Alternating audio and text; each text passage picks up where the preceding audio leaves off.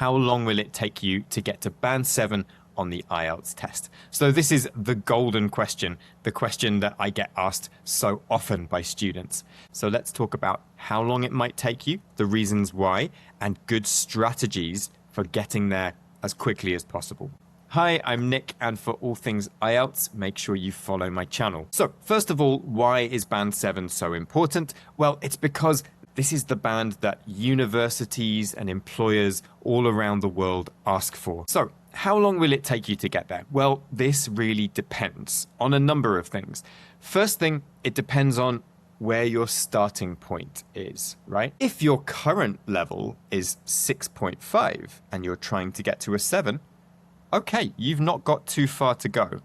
But if your current level is a 5, then obviously you've got a much longer way to go until you reach a 7. So it's key here to get a clear idea of your baseline, and your baseline meaning where you are now, your current grade.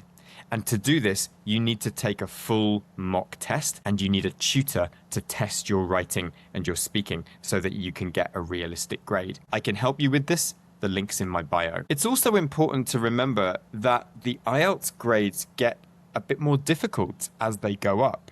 So the distance between a band 5 and a band 6 is not the same as a band 6 and a band 7.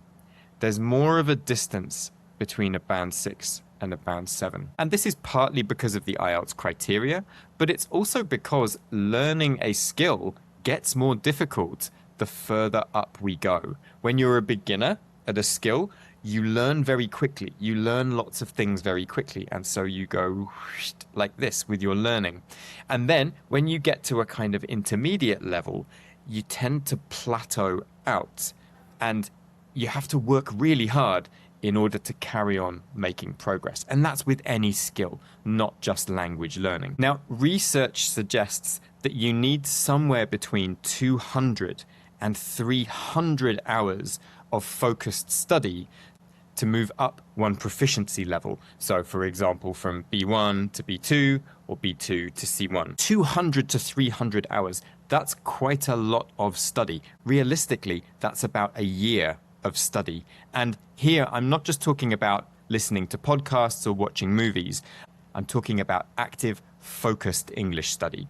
So there's a lot of work that needs to go into this. It can also depend on your language background as well. So native speakers of languages that are closer to English, so other European languages like French or German or Spanish, speakers of these languages tend to make progress more quickly in English, whereas speakers of different types of languages like Chinese, Japanese, or Arabic, these are very different languages, and these have less in common and therefore need more time, particularly for things like fluency and natural phrasing in the language. Another really important aspect is what you're doing with your time. So, for example, studying English for 1 hour a week is very different from studying English for 1 hour a day.